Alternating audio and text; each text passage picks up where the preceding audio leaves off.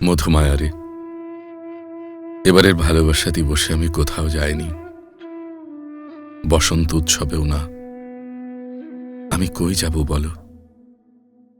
কার হাত ধরে রঙিন স্বপ্নে বিভোর হব? যে হাতটা ধরার কথা ছিল, সে হাতই তো ছেড়ে চলে গেছে। যে চোখে বসন্ত ফুটত, সে চোখে আজ দরজা বন্ধ। শহর জুড়ে কত রং, কত হাসি, কত ভালোবাসা, আর আমি একা একা ছায়া হয়ে হাঁটি।